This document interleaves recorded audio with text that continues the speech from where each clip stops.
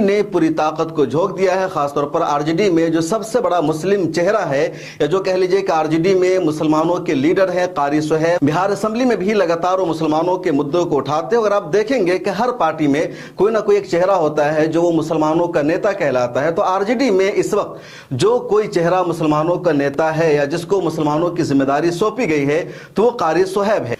सुपौल की रिपोर्ट आपने देखी होगी, जहां मुसलमान बहुत ज्यादा नाराज थे आरजेडी से, बायकॉट किया, मीटिंग पर मीटिंग की, वहां के माहौल को भी कारी सुहैब साहब ने जाकर ठीक कर दिया था कि लगातार वो जनता के बीच जा रहे हैं, लोगों से बातचीत कर रहे हैं, उनको समझाने की कोशिश कर रहे हैं कि उपचुनाव में बीमा भारती का या आरजेडी के उम्मीदवार का जितना क्यों जरूरी है। वो इस तरह मेहनत कर रहे हैं कि एक जगह उनकी वीडियो आई है, सिमाब अख्तर बिहार के जर्नलिस्ट हैं, उन्होंने एक वीडियो ट्वीट किया जिसमें देखा जा रहा है कि लालू यादव जनता से वीडियो कॉल के जरिए बातचीत कर रहे हैं। उस वीडियो के अंदर और तह तक मैंने जानने की कोशिश की, सोशल मीडिया पर, व्हाट्सएप